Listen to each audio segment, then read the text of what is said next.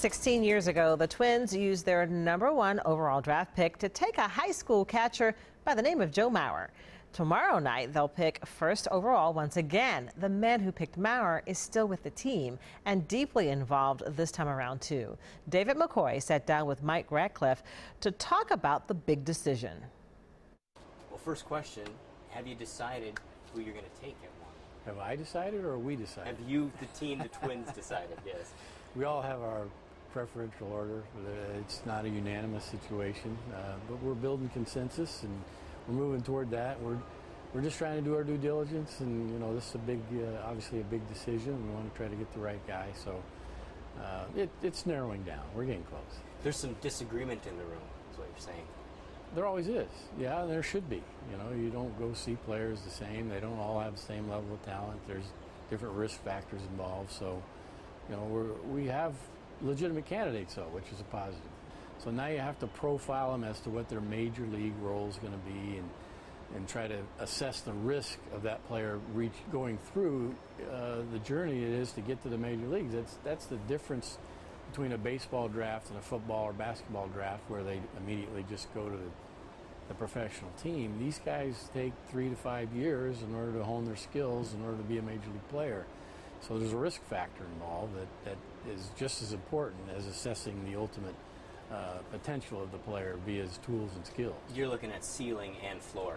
Absolutely. That's a great way to put it. Those are two of the things we have to assess. Absolutely. You want to figure out if things don't work out, risk, still what kind of player might he be because of his tools, but you also want to try to figure out if it does all work out, he makes it through in good shape and reaches his highest potential that his physical abilities and makeup allow, then that's the ceiling you're talking about. And at pick 1, ceiling is very important, because these are the guys that could maybe be the face of a franchise or the integral element to a major league lineup or team.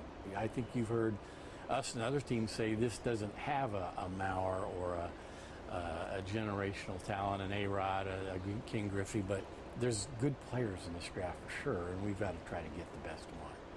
One name I've heard kind of discussed, and maybe a little bit along those terms, Hunter Green talked about maybe one of the best high school pitchers there's been in a while.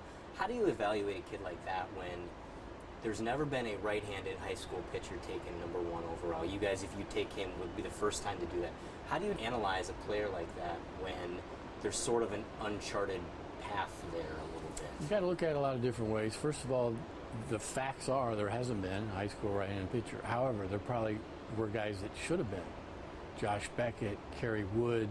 There's a lot of players along the way that probably should have been the first pick if you had tomorrow's news and today, right? So you can't let that stymie your process to figure out who the best guy is. Hunter Green is a uniquely mature young man. He's only 17, but his physical and mental maturity is well beyond that. So that helps him already make his tools and skills beyond a normal high school guy.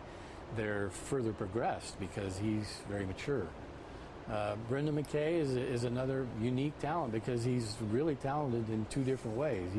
He's a legitimate #1 pick, early draft choice as a pitcher, and you can say the same as a hitter, and he has the college resume to show for that.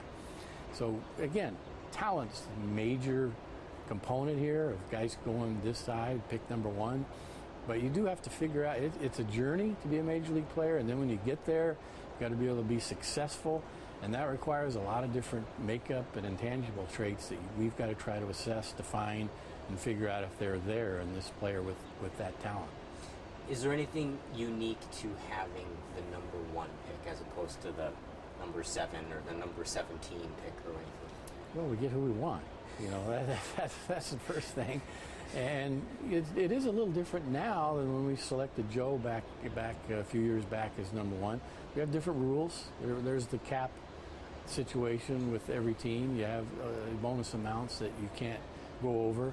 So there's different ways now that you need to think about how you allocate your dollars, and therefore creativity kind of comes involved. A lot of teams will try to get 2 or 3 players for their allotted money versus just giving it to one. So that kind of stuff does allow for more players to be a part of this process. We've got to be due diligent all throughout the entire list of guys that we have at the top of our board, because you might have ways to, again, allocate your resources different ways to create value for players.